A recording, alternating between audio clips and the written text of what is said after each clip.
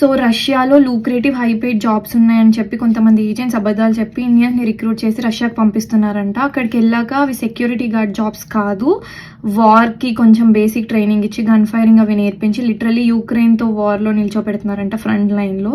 So అలానే హైదరాబాద్ అతను మొహమ్మద్ అఫ్సాన్ అని చెప్పి రీసెంట్గా చనిపోయారు అలాగా. అండ్ తెలంగాణ, కర్ణాటక నుంచి చాలామంది వెళ్తున్నారంట. సో ఒక దుబాయ్ వ్లాగర్ కూడా ఉన్నారు, అతను 3 lakhs ఇస్తే నేను పంపిస్తా అని జాబ్ ఇప్పిస్తా అని చెప్తున్నారంట, బాబా వ్లాగ్స్ సంథింగ్.